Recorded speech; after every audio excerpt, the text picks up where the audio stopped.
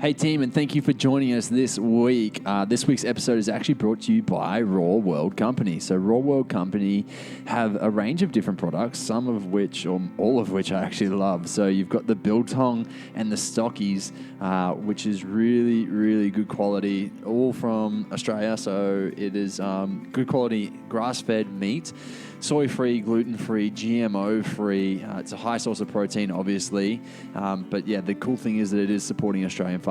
So if you guys did want to check out their biltong or stockies, please jump on board and check that out. But something that I do really love and something that I have daily is actually their coffee. So they have some incredible coffee, which is found in Papua New Guinea, brought across and roasted here. So you've got the Go Rocker and the Go Rocker Pea Berry, two different flavors, the single origin espresso roasts. And I really do enjoy a black coffee. So I will have either an espresso or a long black. And I don't know if you've seen good quality coffee, but when it comes out on top, it's got like an incredible creamer on top when it's just a good quality coffee. And this is exactly what this stuff gets. And so I guess a little bit passionate about my daily cup of cha, my daily cup of coffee, and I know that this is a really good quality source of coffee. So for those who don't know, coffee can be damaging to the body if it's not a good source. There's high levels of mold found within about 80% of coffee around the world. So it is really important to make sure that you are selecting a good quality coffee. And Raw World Company is one that I would highly, highly recommend. So you guys can actually get 15% off of all of the Raw World Company products by using the code BABH. So becoming a bow hunter, just all short, BABH, all in capitals. That will give you 15% off, and I would strongly recommend getting it. I use these stuff when I'm out in the field. So when I'm out and actually hunting around, I'll take a bag of biltong with me. I have the coffee with me whenever I'm in camp, and I just chuck it straight on the stove, make myself a good old cup of cha, and start the day right. So get across, check them out. I hope you enjoy it. Hey there, and welcome to Becoming a Bow Hunter. I'm your host, Matty, and join me and our guests as we take the quality of meat back into our own hands, searching the wild for free-ranged animals to harvest as ethically as we can.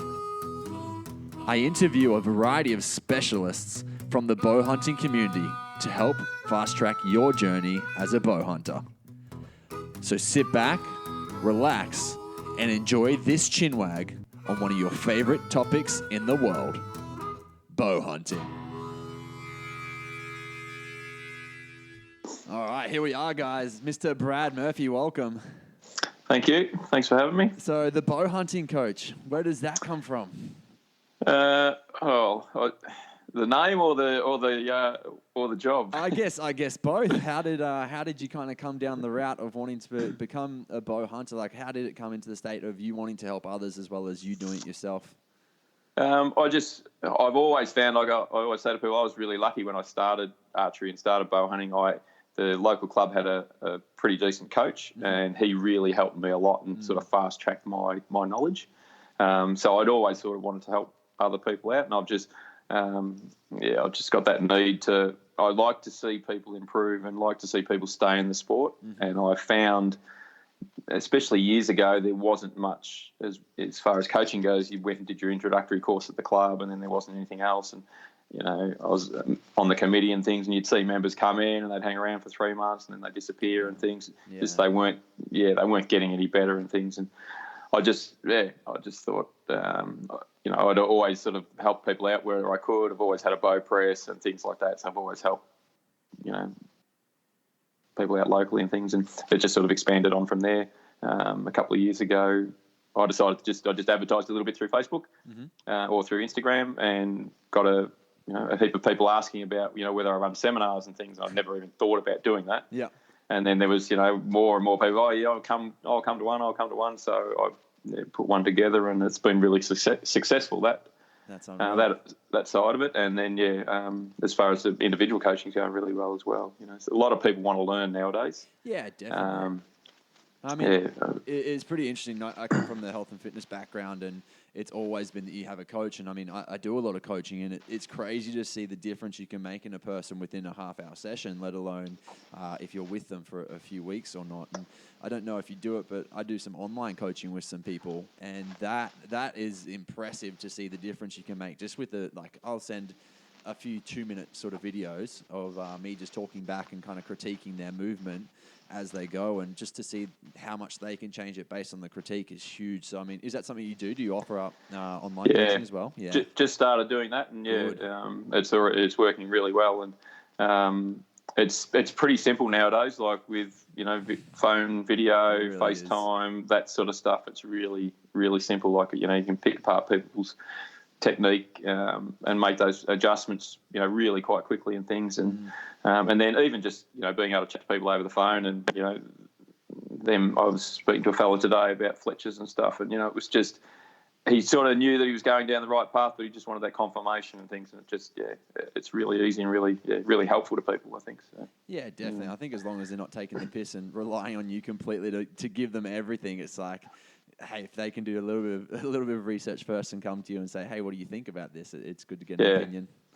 And I think that's it's probably good. Like archery's like that now. Most of the people that I've been coaching that have all seen a lot of John Dudley's knock-on stuff, seen Cameron Haynes's stuff, that sort of stuff. So they come armed with knowledge. Yeah. And I was just saying to a good mate of mine, Ian Summers, who does a sort of similar thing in Sydney, that years ago, like 10 years ago, people were at such a lower level. Now when they're coming up and they're just beginners, they've only been in the sport for 6 months, 12 months, they're like a 5-year veteran. They've got all this knowledge that we never had. It took us 5 or 10 years to get, and people are just getting it straight away because there's so much information out there. And I mean, you come from the background where you've been technical editor of Arrowhead magazine for quite a while, but I mean, you would have come from the background where you had to read everything, whereas now a lot of people just watch a video that's 2 minutes long, and that's a 1,000+ word article, right? Like, it's a fair difference. Yeah. Well, that's the thing. Like when I started, there was only Australian Bowhunter magazine, Archery Action. They were the only sort of magazines archery related that you got. Yep. You got them once every 2 months sort of thing.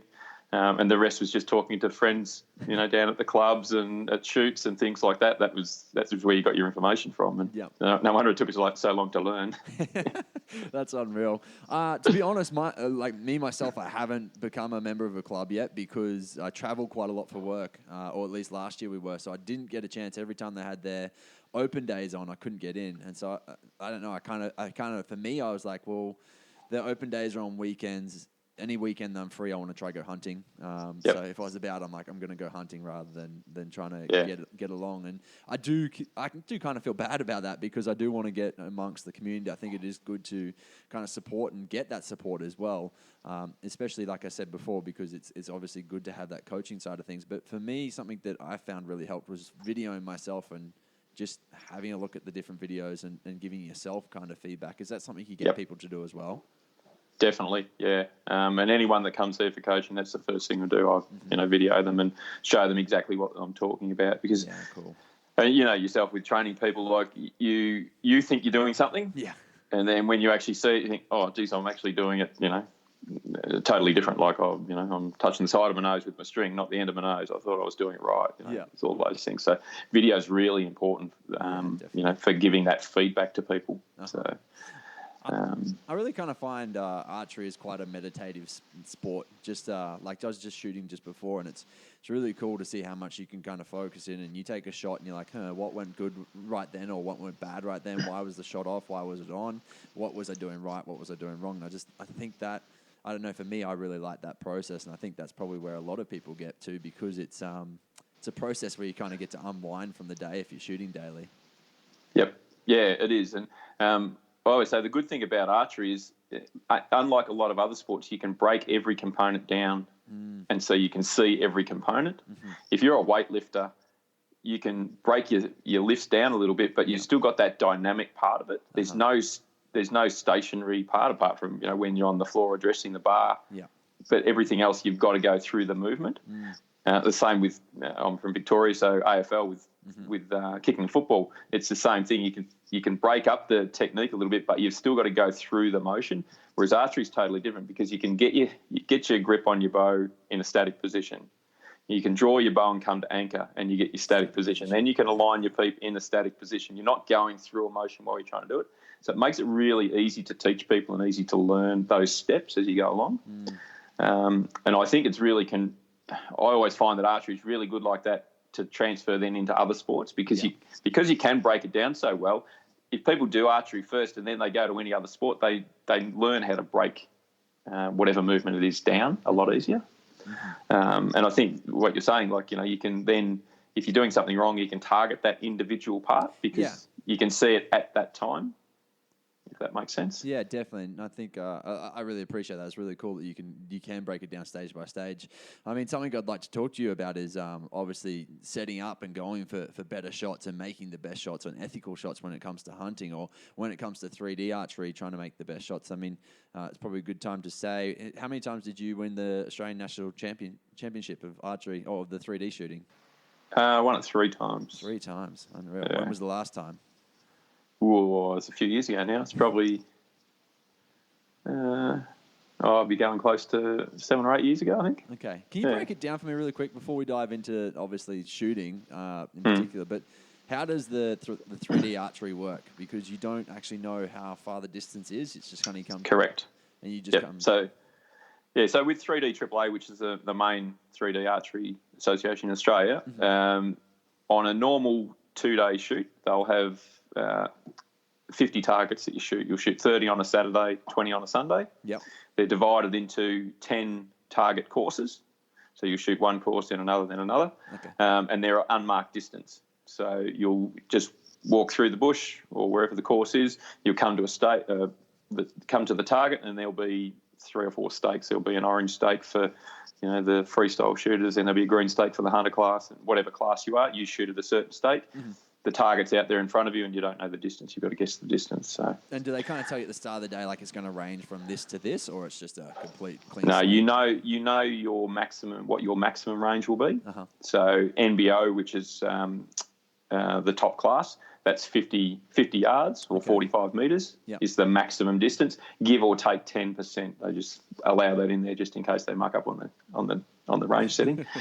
But so a hunter class will be 40 metres as their maximum distance, but you don't know whether it could be 5 metres. It can be, I've shot targets at 2 metres, way out to that 40 metres. So it's a big variable distance, and while it doesn't seem like that much, to judge well, to shoot well, you need to judge fairly well, and the course setters are really tricky.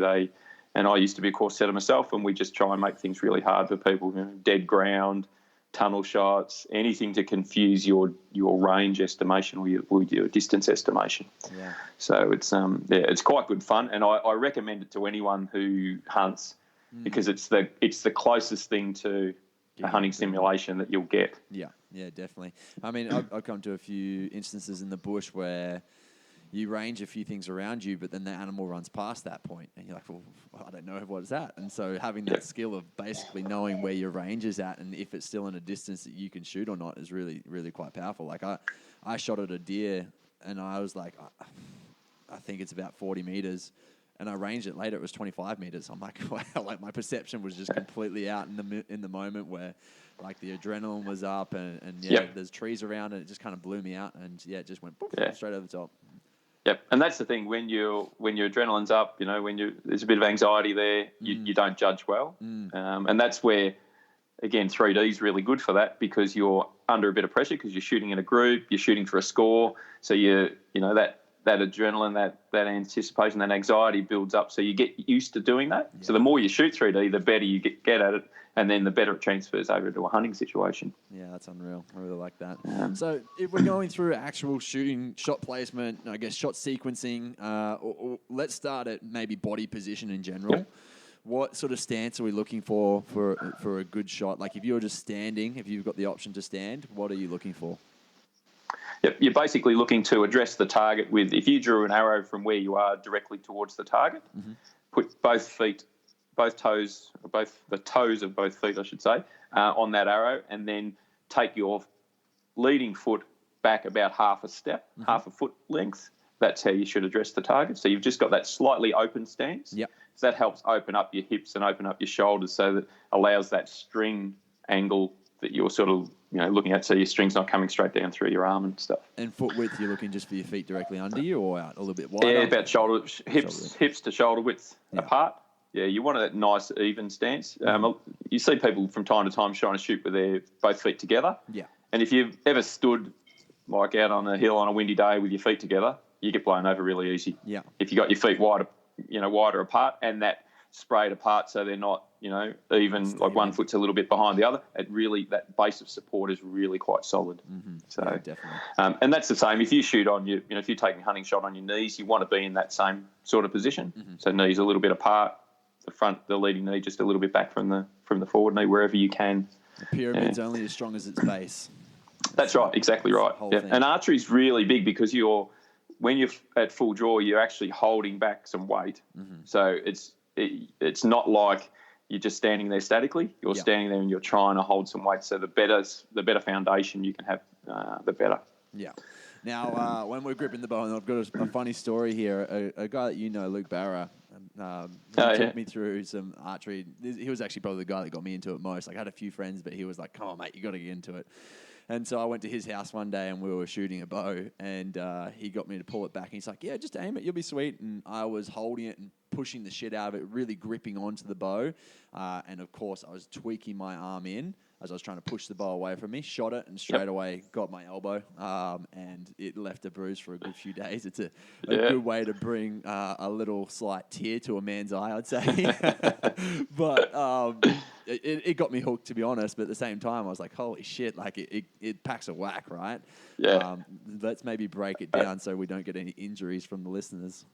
Look, I don't think there's anyone that's shot a bow that hasn't actually been had that mark put on them at some stage. Had a slash on the bow. Yeah, but probably the easiest thing to do to counteract that is just to think about having your knuckles on your bow hand at a 45-degree angle. Mm-hmm. So if you can sort of see that there rather than straight up and down. Yep. When you do that, if you have a look at your arm, if you have your arm out straight in front of you and have your knuckles vertical, you'll see that your elbow's in. If you turn your knuckles onto a 45-degree angle, it'll take that elbow a little bit out of the way. Yeah. And the other thing is having your draw length set up correctly as well, because if it's too long, you're trying to push out, you're actually locking out that elbow and pushing that shoulder forward, which actually brings that arm in. Mm-hmm. And it also gets back to stance too. If you've got that slightly open stance, that'll open up your shoulder a little bit, so you don't tend to have that. Don't have that lean into it. If that makes sense. Yeah, definitely. Yeah. And I mean, sorry, go on. I was going to say grip is very important, and having the least amount of grip on the bow is what you want to have, because that's the thing that creates torque in the bow. Yeah. Is that grip hand. So having those knuckles on a 45-degree angle and then having them your hand as relaxed as possible is what you want to do. And I mean, realistically, when the bow's there, if you're pushing it forward, even if your hand's relaxed, is that still going to create a negative on the bow, because essentially you're pushing the shot once it gets let go?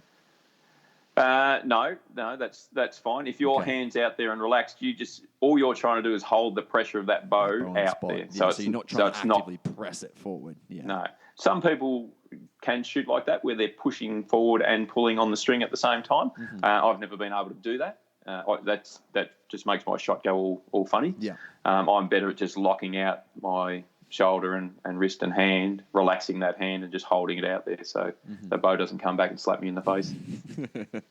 So when we're looking for an anchoring point, and this is talking about where you pull to on your cheek, essentially, what are we looking for? And I mean, maybe a good story to start with is when I first started shooting, all of my arrows were shooting low. They would kind of divot in, and I found out that it was because of where I was positioning my hand. It was up too high, and so it would shoot the bow shoot the arrow to dive as it went along, and it was good. It was just at the archery shop when I was there, and they just said, "Look, you just need to position your hand a little differently," and that changed the course of the arrow massively. Yeah. There's basically three real points that you need to look at with your anchor point, and that is, one is where your hand is positioned on your face. Yep. And the string on the end of your nose, and then your peep is the third one, okay?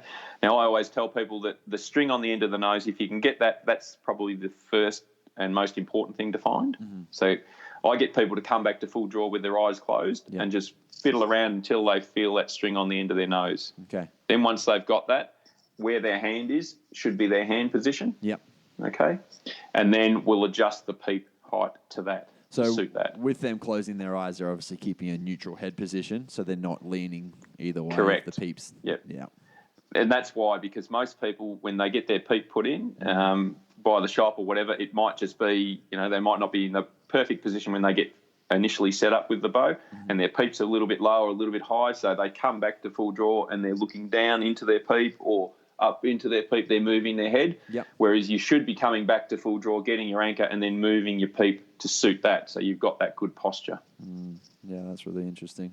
And then something I heard you talk about on another podcast, I think it might have been the bow hunt, the down under camp. Hunting camp down under. Sorry, I'll get there.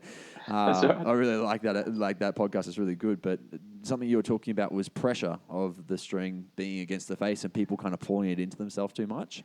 Yeah, and people try and have this really solid anchor, and they're really digging their fingers into their cheek or their jaw, and then having the string right into their cheek, and that facial pressure actually causes pressure on the string. So as the string releases, it'll actually come out and go in. So you'll actually, for a right-handed shooter, you tend to shoot left sometimes. Yeah. If you haven't got the trouble with facial pressure is it can be different. Mm-hmm.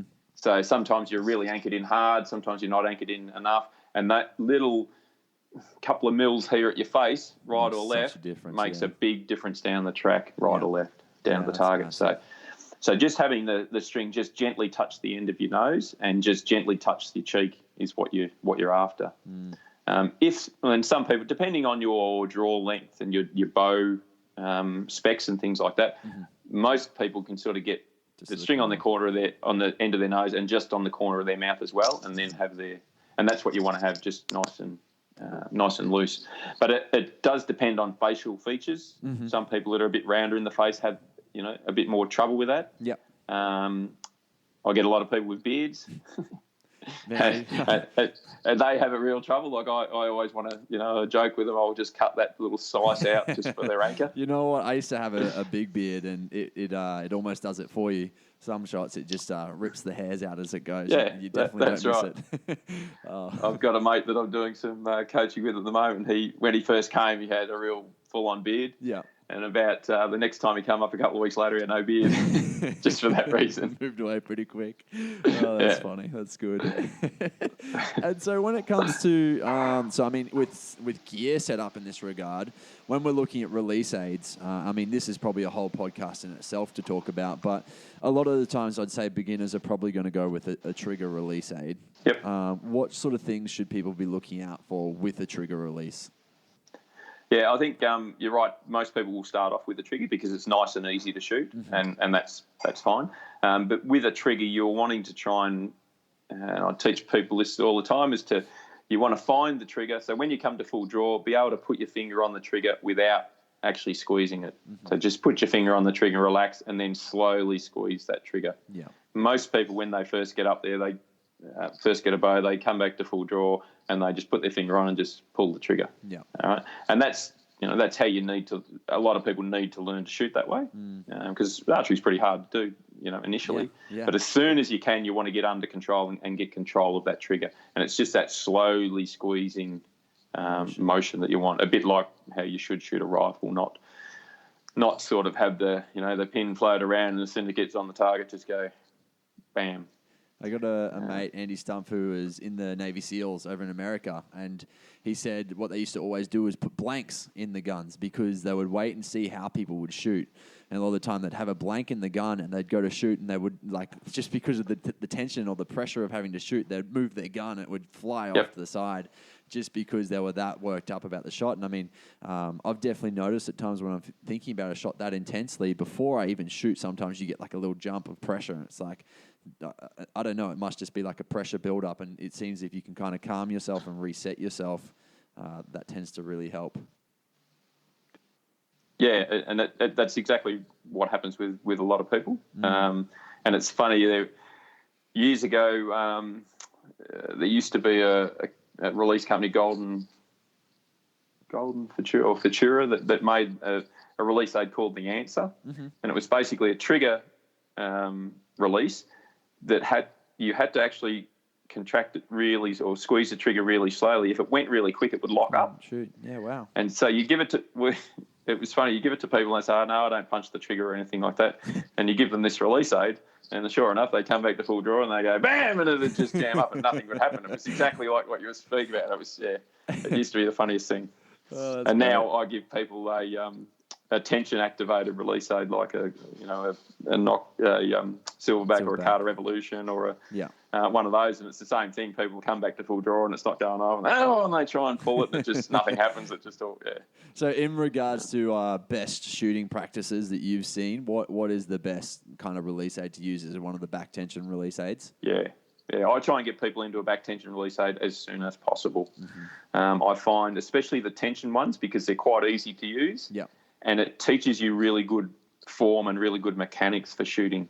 And I find if you can shoot a tension-activated release aid well, you can shoot any release aid well then. Okay, that's interesting. So what sort of price points are you looking at roughly across the board, and what brands do you kind of recommend that you've used? The Carter Evolution is really quite good, and the Stan also make the Perfects, it's called now. They used to have the Element. I don't think they make the Element anymore. The Stans are a little bit more expensive than the Carters, but the Stans tend to be a little bit more crisp in the mechanism, and their ergonomics, so how it feels in the hand, tends to be really quite good. Yeah. So I've got the old Element, and I've had an Evolution for years. Really liked it. I've lent it to someone, so if anyone's got my Evolution, can you send it back, because I don't know who's got it now. It's playing Chinese whispers, hey? It could be anywhere now. Oh, no. Yeah. But I always suggest to people, if they're going to buy a release aid, especially when they're starting and they're relatively new to the game, try and get your hands on a tension-activated release aid and never sell it. Always have it, because you might then decide that you want to shoot a thumb one or a hinge release or go back to a trigger. That's fine. But if you've always got that tension one, you can always go back to practice when things aren't working well with your shot. Yeah. You can go back and start shooting that again. Yeah, that's really and learning that pulling through motion. Yeah. And so what about, I don't know what it's called, but it's like a dead stop. So, for instance, I shoot a Bowtech. It's a carbon icon. And on my, as I draw back, it's got the stopper at the limb. Oh, yeah, the string stop. Yeah. So what happens there when you've got a tension release? Obviously, you're just pulling against that compared to something like an RX1, like a Hoyt that's open, where it would just keep spindling as such. Oh, do you mean on the cams? Yeah, on the wheel. So when I pull back, it locks into place. What happens on a tension release in that case, or in that instance? Same thing. Yeah. So it doesn't same matter. thing. So all bows are much the same. If they've got, there are some bows have got the limb stops that actually stop on the limbs, and others stop on the cables. The cables tend to have a little bit more sponge in them, so there's a little bit more movement, a little bit of creep, whereas the limb stops actually stop dead. Yes. Sometimes some people say that the tension-activated ones work better on a cable stop bow, or bow that's got cable stops rather than limb stops. But really, what we're talking about, sort of beginners, that intermediate beginner, they're not going to notice the difference. Okay. Yeah. So it'll work for anyone. Yeah. So with your bow, you'll have a let off. So you might have a 90% or an 85% or an 80% let off bow. So if you've got a 70-pound bow with 80% let off, you're probably going to be holding, what's that, 63 pound? Yeah. Sorry, 7 to 9 pound at full draw. So you'll set that release aid to go off at about 11 pound. So a couple of pounds heavier than what your holding weight is. Yeah. So then as you pull through and you reach that 11 pounds of pressure, it goes off. And so on the release aid, you have to mechanically adjust it as well then? Yeah, it's just got a screw that you just screw up and screw down. You don't need to actually know what the poundage is. You can just play around with it. So just give it half a turn, try it again, half a turn, try it again, half a turn, try it again, and go either way, see what works best. And do you ever get shots kind of going woeful because people are trying to, they're not ready for it when it pulls off, or is it not, it doesn't set up that way? Yeah, no, that happens, and that's part of the trick of setting them up, is setting them up well so that you can, when you come to full draw, especially the first couple of shots, like when we first go out to shoot, you'll be quite strong, and you'll pull through the shot So I always tell people, like, say if your holding weight is 10 pound, well, the first couple of shots you'll pull back and you might be holding back at 12 pound because you're strong and you're really pulling back against the wall. Yeah. If you set your release aid to go off at 14 pounds, then that's good for the first few shots. But then as you get tired, after about 10 or 15 shots, you'll be pulling back and you might only be holding that 10 pounds that you're supposed to hold back. But then you've still got to pull that release aid back another 4 pounds. So people find it hard to have it go off because they think it's getting, it's taking more tension to go off. Well, it's not. It's just that you've lost a bit of strength and a bit of... You're a bit more fatigued now. Yeah. So the trick is to set it up and so that your first few shots, that when you come back to full draw, you should just relax a little bit, still hold firm at the wall, but you've relaxed a little bit so that when you take your thumb off, it doesn't go off. Okay, excellent.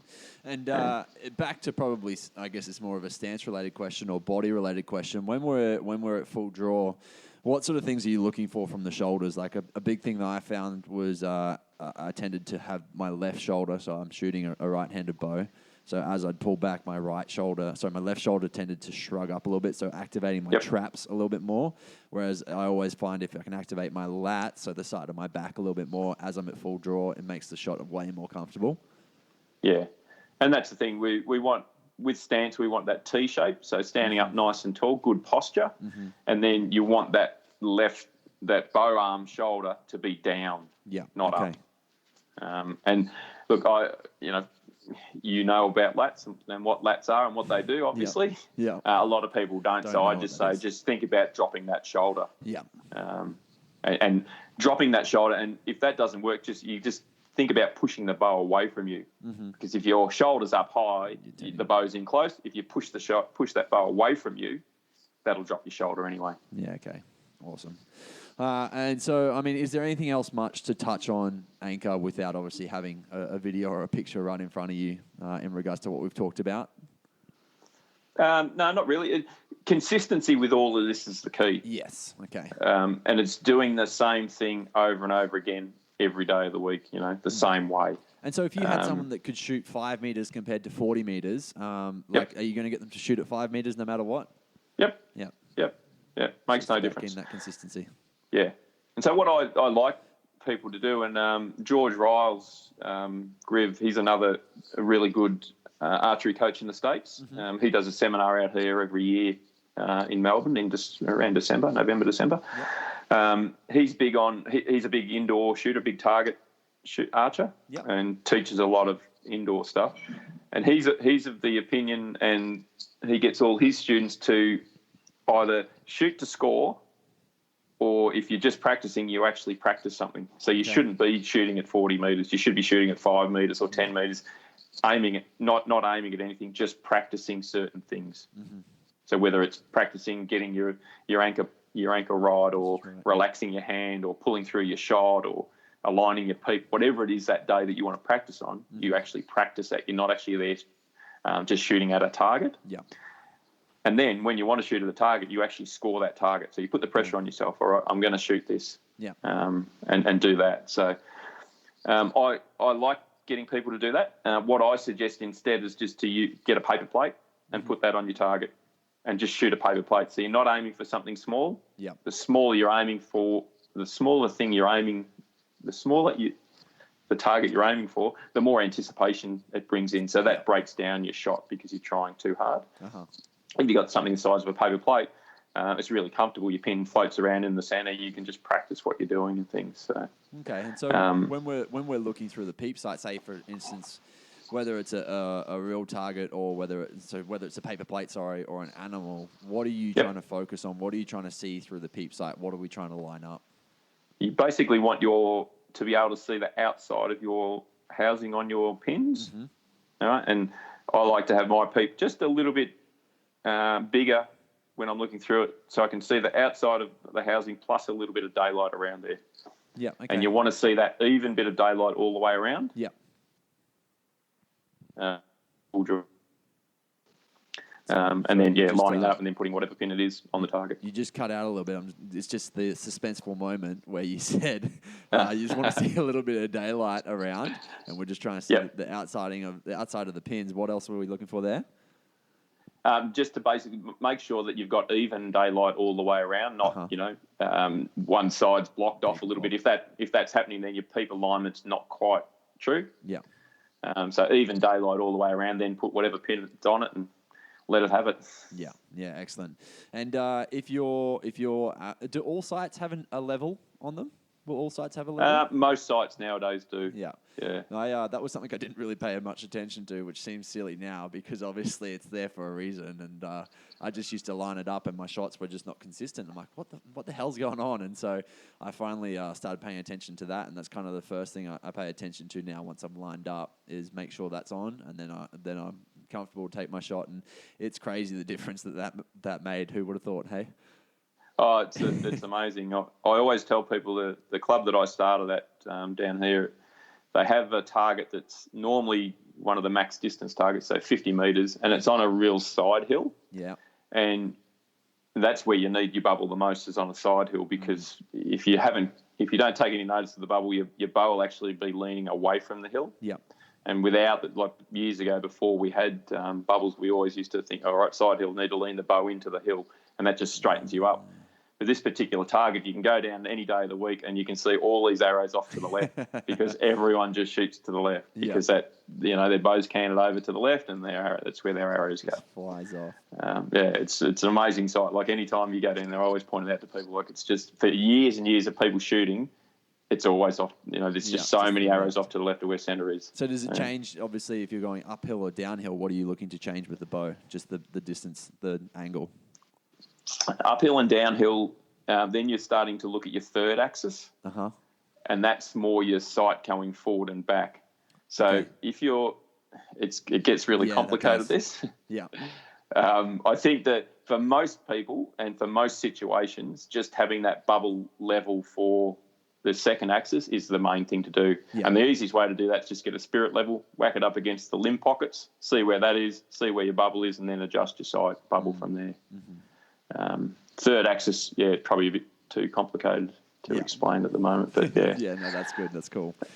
And so we got into the peep. Are you getting people to look with one eye or two eyes? What's your focus there? Whatever you feel comfortable with. Okay. I shoot with two eyes open and have. I started off one eye. Now I'm two eye and have been for most of my bowhunting career. If you've got both eyes open, it just allows more light in. You can see more of what the animal's doing. You'd hate to be drawing back on a 10-point red stag and a 14-point walks in from the left or something, and you don't see it. Those sort of things, maybe. Oh, one of those great situations. The only thing with having two eyes open is you need to make sure, one, that you're right eye dominant if you're right-handed, or left eye or whatever. Yeah. If you are a right-handed shooter and you're left eye dominant, then you're probably not going to be able to shoot with both eyes open. And the other thing that I find that happens, especially to me, is with nowadays the scope housings are a bright colour, generally as a bright ring. And if I have both eyes open with that bright ring, that throws me out a little bit. My left eye, my non-dominant eye, pays a little bit more attention to it. Yeah. And I can have some rights and lefts. So I actually tape mine over so it's actually black. It's a black ring. It's not a bright ring. So that's interesting. That's a good tip. And in regards to if you're left or right eye dominant, would you change your shooting based on that? Like if you knew to start with before you bought a bow that you were left eye dominant, but you're right-handed, would you shoot a left-handed bow? Yes and no. It's so much easier to shoot with your dominant eye, so turning to left-handed. Yeah. But it's a bitch to try and get left-handed equipment. And then sell left-handed equipment. So okay. I've got a fella I'm doing some coaching with. I just had him here on the weekend. He lost the vision in one eye. He's left eye dominant, and he's left-handed, but he lost the vision in that eye through a workplace accident. So he swapped to right-handed, and he actually can't. He didn't actually swap. He's just started shooting a bow right-handed, even though he's left-handed. And actually, sorry, the other way around. He's right-handed. He shoots it. He's got a left-handed bow, but he can't imagine drawing the bow right-handed. Any differently? He just started left-handed, and it's just become part of him. Yeah. Okay. There was another fella who's a really good 3D AAA archer years ago who swapped from right to left-handed after quite a few years, and he was quite successful at that. So. Good. So it's possible either way, really. Yeah. Just comes down to the determination of the person.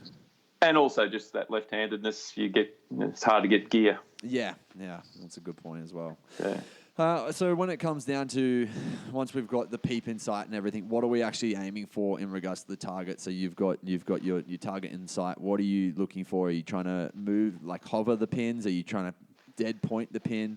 What exactly are you trying to do? No, just trying to pick a spot that I'm aiming for or that I want to hit and just looking at that. Okay. So I try and not look at the pins. Yeah. And our brains can't look at both things. No. So it can't look at a spot on the animal and it can't look at the pins at the same time. Yeah. It'll go from one to the other. So you're better off just looking at the spot that you want to hit, and your subconscious will take over and it'll keep putting that pin back on that spot all the time. Unreal. Yeah. So that and it's probably one of the hardest things to do, but it's one of the most important things to do. If you can pick a spot on an animal and just stare at that, not worry about your pin so much, just keep looking at that, your brain will put that pin on that spot. Yeah, okay. If that makes sense. Yeah, no, definitely. That's a good tip. And I guess in regards to, so we've done grip and anchor. In regards to release, what are you looking for from the individual? Just a nice smooth release. If it's a trigger finger release, then you're just getting that nice, slow movement. Yeah. If it's a thumb release or a hinge release or a tension release, you just want that nice, smooth pulling back through that shot. Okay. Nice and consistent. Most people, what happens where they get hung up is they're looking at their pin floating around, and when it drops out of the target, they stop pulling or they stop squeezing the trigger until the pin comes back up, and then they start going again. And you don't want that. You just want to keep pulling through no matter what your pin does. If it falls out of the target, don't worry, just keep pulling through because your brain will just bring that pin back up again. Yeah. And it's amazing how many times you'll shoot thinking that the pin's been off the target when you've shot, but by the time you've actually released it, it's back up and it's the arrow lands there. So that actually, I was just shooting before we had this little conversation. That happened to me a few times actually. So yeah, it's really very interesting. It's the magic of archery. Yeah, it's absolutely unreal, isn't it? And so when it comes to actually hunting, when does someone have your approval to go hunting in regards to like what should they be looking for shot placement wise? They should be confident and accurate and have basically be able to shoot their broadheads, in a reasonable group. So what I think that if you look at the paper plate, that's generally the kill zone on most animals, especially deer species and things like that. So if they can hit that paper plate at whatever distance it is consistently, then that's the distance that they should shoot at. So if it's 20 yards, if they get past 20 yards and it starts to spread out and they're not hitting that, 9.5 out of 10 times, then they should go back to 20 yards and just make that their distance. Put a limit on yourself. Yeah, because it is bow hunting after all, and we want to try and get as close as possible. Yeah, definitely.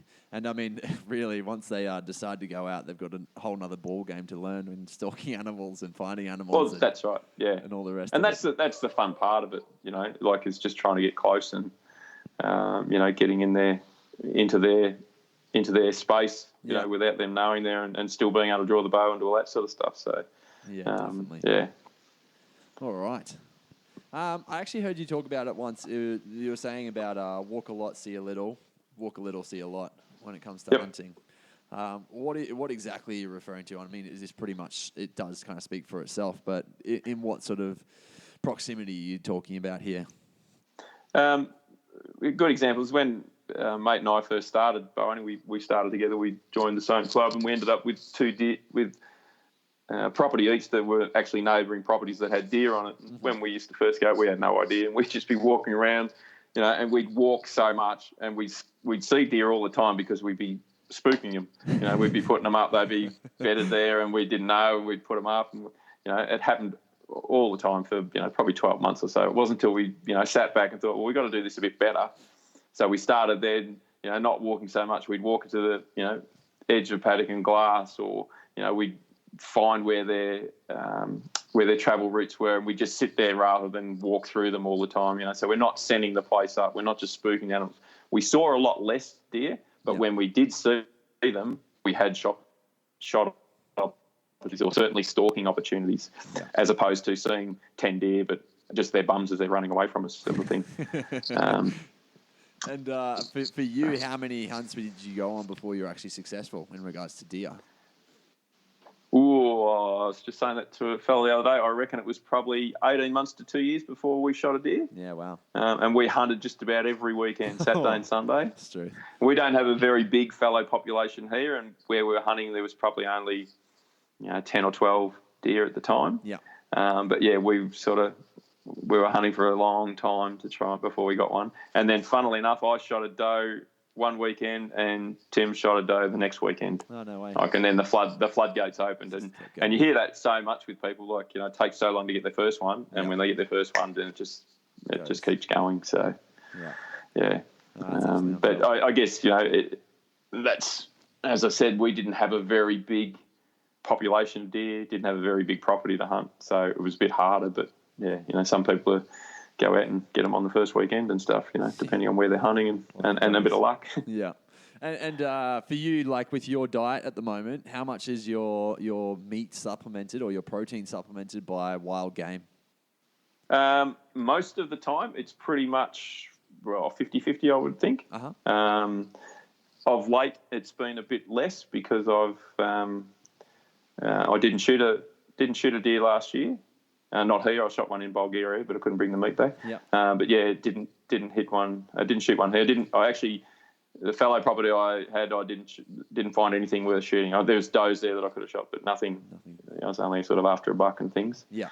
But yeah, normally it's about 50-50. Like, I tend to go through a bit of meat. So yeah, and when I say 50-50, we probably don't buy red meat as much. It's more fish and chicken. Yeah. And then the deer and stuff is. And mainly fallow for you guys? Fallow down here, yep. Yeah. There used to be a few reds around, but not too much. Samba's the other thing that, but I haven't had the opportunity. I went up a bit last year, but the previous couple of years, just with kids and things, I didn't get a lot of time on the samba. But that's going to change this year. They're a different ball game altogether, aren't they? Oh yeah. Yeah. Yeah, totally different. In what sense? Just they tend to bed in thicker country and they're just more skittish as a deer? Yeah, thicker country. They're not a herd animal so much. They just live in small family groups. So, instead of going out and seeing 30 in a mob, you might see 5 sort of thing. Yeah. They're a bit more sort of solitary like that. Certainly harder to hunt, as in they're more or less in scrub country and things, or, in thicker bush most of the time. They do feed on palm fringes and things like that. And the population's really expanding. So what it used to be 5 or 10 years ago is certainly different to what it is now. There's a lot more samba around in a lot more country that they never were before. So it's getting a lot easier to hunt them and stuff now than what it was. And they don't have a rutting season? Is that the samba deer? No, that's right, yeah. Yeah, they have a time. So around September, October-ish, they tend to tend to rut around about then, but they can rut any time of the year and can be in hard antler any time of the year. Yeah, okay. And for you, you've done a fair bit of overseas hunting, correct? Yep. When you're going overseas and obviously having to forfeit the meat, how does that respond? Like, how does that react for you in regards to the hunt? Like, obviously, a lot of us would probably hunt for meat and hunt for there's two sides to it, isn't there? There's the meat, but there's also the memories and the story that comes with it, and the unreal experience that you get to witness with it each time. When you have to forfeit the meat on the other side of it, does that, I guess, dull the experience at all? No, not at all. When I first started hunting the States, we hunted with a couple of Americans, my mate and I, and any elk that we got, that was their meat for the year. So, they were, we were helping them out basically. We were going supermarket shopping for them. And it was good because whatever we shot, we'd end up eating the next year. Like, they'd bring along that meat and we'd have it in camp and stuff like that. So, and it's the same couple of other hunts that I've been on, being able to, donate that meat to someone, still leaves you with a good feeling like that animal's not going to waste. Americans have got it really well worked out as far as, not wasting meat and using it for something. So, I think, and the same was in Bulgaria, it was really, Bulgaria's a fairly poor country, so, they were quite appreciative to have the meat. Okay. So. And is there a tag system or something in Bulgaria like they have in the States, or is it just... No, it's a totally different system. You need a license and and a permit to hunt over there. Uh-huh. But there's not a tag system as such, so you can shoot more than one animal if you want to. And what led you to go to Bulgaria? Benny Solaris and the podcast he did with Craig on the hunting camp down under. He was talking about how good it was to hunt over there, and I've known Ben for a few years and things, and so I rang him and spoke to him afterwards. And he was just full of praise for it. So, and it just happened. He said he was going fallow hunting in October, and that just tied in with me getting back from the States. And I was like, oh, well, if I can get around the world flight, we might do it together. And it all worked out well. So that's unreal. That was best, one of the best hunts I've ever been on. It's fantastic. We're going back again this year. So okay, unreal. And so, what are you hunting when you're over there? Fallow again this year. Yeah, just fallow. So. Yeah. And going on, like when you were there, you said you had the opportunity. Sorry, you were able to hunt other animals if you wanted, but you just hunted fallow when you were there last time. Yeah. There were a few wild boar there. We did see a few red deer. There was some wolves in the area, stuff like that. But yeah, it was mainly a fallow area, and that's what I went there for. Like a fallow are my sort of, my go-to deer. I love them. I sort of started off hunting, and I just got a little soft spot for them. So plus they're delicious, right? Like they're definitely probably one of the better tasting, I think, of the deer. Yeah. Not as good as Chiddle, but yeah. Yeah, well, I haven't had Chiddle yet, so I can't compare. So I'll keep with the fallow for now. You don't want to eat it once you get it. It's Yeah, well, I'm actually pretty surprised to hear they're pretty close to where I am. So I'm in Brisbane, and all through Brisbane Valley. I think near us, I don't know, maybe a couple hours drive north. There is some, and I go a couple hours like north to go hunting. Yep. And we have red deer, red stag, and we also have some rusa. I haven't seen any rusa yet. However, apparently around the area that I'm in, there is a bit of Chiddle. I haven't seen any. I haven't seen any yet, but they're a beautiful deer. They look incredible. Awesome deer to hunt. They're really just because they're so beautiful and tasty. Yeah. And so for you, when you're, I guess, some of your hunting experiences in general, how often are you going on a paid hunt where you have to, for instance, pay a guide compared to where you're just getting access to land and going hunting? Let's talk about Australia only in regards to, I guess, access for beginners to some extent to getting into bow hunting. Yeah, that's probably the biggest hurdle for most people, and it's getting harder now. Yeah. When I started, it was quite a bit easier. Even things like goats and stuff. Back when I started, farmers didn't want them. They were more of a pest, so you could get onto properties pretty easily. Mm-hmm. Now with the droughts and stuff, they muster goats, and they're worth money to landholders, so you can't get onto them. There's a lot more people hunting nowadays, so properties get tied up with that. There's a few more outfitters nowadays, which ties up more properties and things. So it's certainly getting harder. We're lucky down in Victoria. We've got so much state forest and even the Alpine National Park that we can hunt in, that anyone can hunt in. Yeah. Which is really good. New South Wales, it's a bit harder. In Queensland, well, you guys can't hunt in anything, exactly. can you? With the state forest, what are the rules there? You have to have a certain amount of gear before you can go in, and you have to have licenses, or? You need a game licence in Victoria. Yeah. Which is just a $55 licence that you can buy from the Department of Environment, Land and Water and stuff. So it's just nothing like that. Okay. No. Yep. No, you do have to hunting deer. There are regulations. You need a 50-pound bow. Mm-hmm. I think it's around 50 grain arrow, 400 grain arrow, or that sort of stuff. Yeah. But it's all really sort of basic, basic stuff. Okay.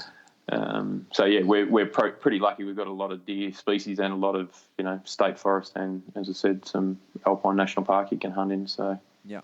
But yeah, I'm not too sure how everyone else goes in other states and stuff.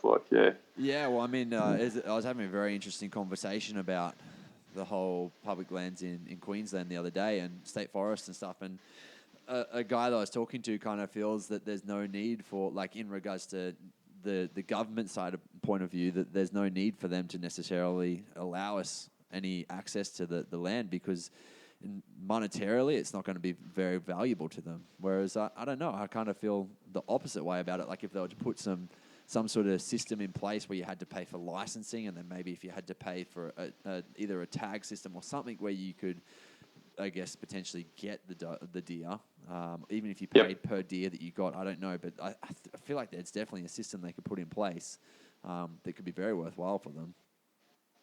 Yeah, well, I mean, the American model is sort of the best in the world for that sort of thing.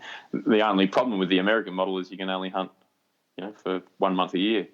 For deer and that mostly in most states. So, whereas we can hunt all year round. So, I think Victoria are going quite well. Where it's the government down here are really sort of looking after hunters a bit more and things. And there's a new draft proposal on hunting that they're talking about even allowing butcher shops to process harvested meat, harvested deer and stuff, which would be fantastic. Imagine being able to go and shoot a sambar and take it to the local butcher and he does all the cuts for you and stuff for a price, I mean, that brings money for them as well, right? That's exactly right. It goes for everyone. Like, it's not a wasted resource. Yeah. People are going to use it. It's, it's the most nutritious meat going around. The butcher gets money out of it, all that sort of stuff. So I can only see that as being a benefit. Yeah. Hopefully it happens. I really hope the Queensland government pull their head out. There is actually a ballot going at the moment. People, like a petition. Yeah, but signed it. Yeah, you did. Oh, good stuff. And I think anyone listening, jump onto that. And you should definitely sign that. Yep. I mean, they do say that you have to be Queensland only, but just use someone else's address maybe. But I mean, with that, it's only for them to even have a look at it, right? They're not even saying that it's definitely going through once we've got over 14,000 votes for it. So, yeah. Yeah, but it's a start, isn't it? It definitely is. Definitely is. And so, I mean, it wouldn't be a good hunting podcast without probably one of your favourite hunting stories. So, could you take us through maybe, like you said, Bulgaria was incredible. Maybe one of your favourite adventures from there. Yeah, look, I always say to people, like, I put up a few photos and videos of Bulgaria last year, but just nothing can do it justice. Like the first day we were over there, Ben and I left the lodge and we went in opposite directions and sort of drove for about half an hour. My guide spoke hardly any English. He's about mid to late 60s probably, and didn't speak any English. And we was driving along and saw a few fellow on the side of the road. Saw a buck run up into the bush, and I thought, it's a bit exciting. And we sort of drove halfway up this hill or this mountain, and we saw a reasonable buck just run off the edge. And I looked at him, and he said, "Nah, too small." And I thought, "Oh, geez, this is all right." And then we drove up the top of the hill, just parked the car just on the edge of this bush, and got out. And we could hear all these bucks croaking down in the thick scrub in this gully, and thought, this is pretty good. Just thought it was just going to be like home, hear the grunts, you just walk your way through the scrub till you come across them or whatever. Anyway, we walked out onto this bare open ridge. What are we doing out here? And looked over onto the next ridge, and there would have been 20 or 30 bucks all grunting and running right on this open ridge. It was just fantastic. Never seen or heard anything like it. There's just the noise of 30, 40 bucks just all around, just croaking and fighting, and it's unreal. Yeah. And we I probably only walked about 800 metres in about 3.5 hours that morning. And I saw probably 30 or 40 bucks. Passed up on a couple that I would never pass up on here. My guide said, "No, they're too small, sort of thing." And then we probably hunted for probably 3 or 4 hours, then went back to camp for lunch. And Ben arrived back about the same time that I arrived, and the look on his face was the exact same look as I had on mine. Like, what the hell did we just see? Like, it was just, it was massive. Sorry, go on. I was just going to say the next 5 days was just better, or, just kept getting better and better. And then Ben shot his big one on the second day, and, it was just, we had an awesome time. And how big are you talking in regards to, in comparison to maybe an Australian fellow compared to that? Biggest fellow you've ever seen. Yeah, wow. So Ben's one, they were talking about it being like the 4th largest fellow shot in Bulgaria with any weapon. Hell. And possibly the archery world record. Whoa. It's that big. It's that big. It's massive. Yeah. And just photos and things that we tried to take, you just couldn't take a good photo of. It was just wide, it was long, it just had everything. It was, It looks more like a moose antler than a feather. Oh, it does. It's fantastic. So that's unreal. It was awesome, and awesome to be there. When he got it and stuff like that, it was great. So. Yeah, that's incredible. I mean, half the time that's the fun, isn't it? It's being there with your mates to witness them have it, let alone yourself. So and just how happy he was for days on end after that. He just couldn't wipe the smile off his face. It was fantastic. And, probably still buzzing whenever he thinks about it, right? Oh, he does. Like we talk about it all the time and stuff. Yeah, he's just it's awesome. So it's absolutely cool.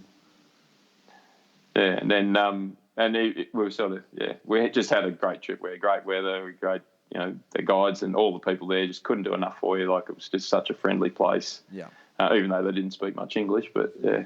What's the country the countryside kind of compared to? Would you base it kind of New Zealand countryside, or does it look like Alaska? What's it kind of? No, probably more. Not New Zealand. It's not really high hills. It's probably just more rolling hills, but quite rocky. Okay. And so it was really sort of thick scrub. A little bit sort of not as thick as West Coast New Zealand, but sort of that kind of thick scrub that you made it hard to get through. So you could stalk into deer really closely, 10, 20 yards really easily, but you couldn't get a shot because there was so many branches and things in the way. Yeah. And then when they were out in the open, it was just out bare rocks. So we spent a lot of time crawling on our stomachs trying to get close to them and things on the hills and stuff. So you just actually brought up one thing that I wanted to ask you about sights in regards to distance, meters versus yards. What are you thinking? In obviously yards is very historical of archery in regards to Australia and what we use the metric system being meters. Is there a kind of a talk for one or the other? No. It doesn't matter. Whatever you start off at, you just stay with. I work in yards, and the only reason I do is because when I first started the club that I shot at, we used to shoot a lot of IFAA, and that was in yards. Okay. So it was just easier for us. It was a marked distance game, so it was easier just to set my pins in yards, so I knew. Mm-hmm.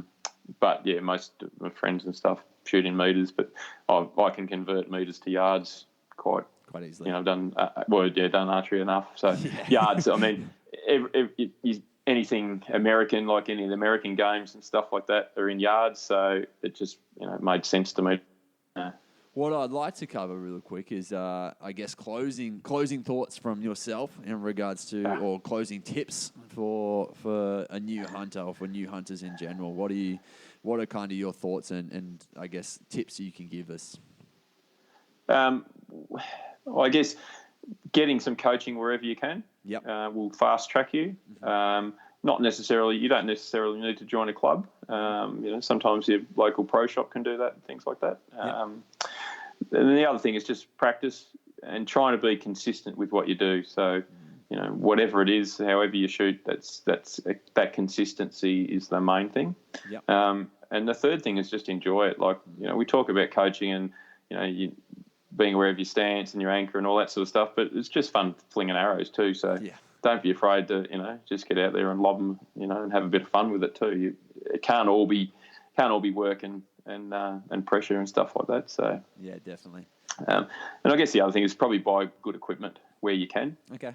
Not so much your bow. If you're just starting off, a second-hand bow or an entry-level bow is a good place to start. Mm-hmm. But buy good release aids, sights, stabilizers, rest, those sort of things, because they'll last you forever. Yeah. I've got a spot hog sight that I've had for probably 12 or 13 years, and it still goes. And it's been on probably 20 different bows.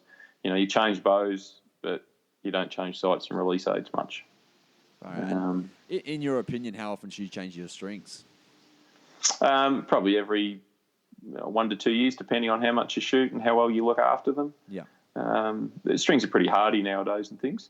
As long as you keep some wax on them and you're not kicking around the back of your ute and busting strands and things like that. Yeah.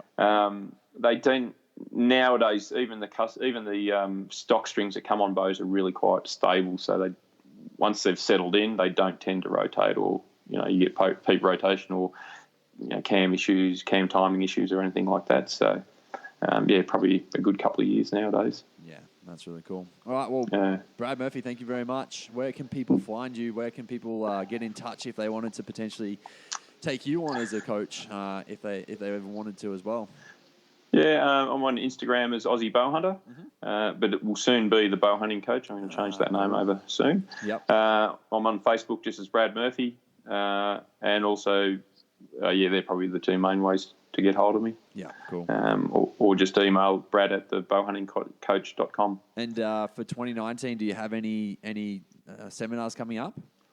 Yeah, I've got one in a week and a half down at Urban Archery in Melbourne. I'll say this one probably won't launch before that, so that will be afterwards. Yep. All right.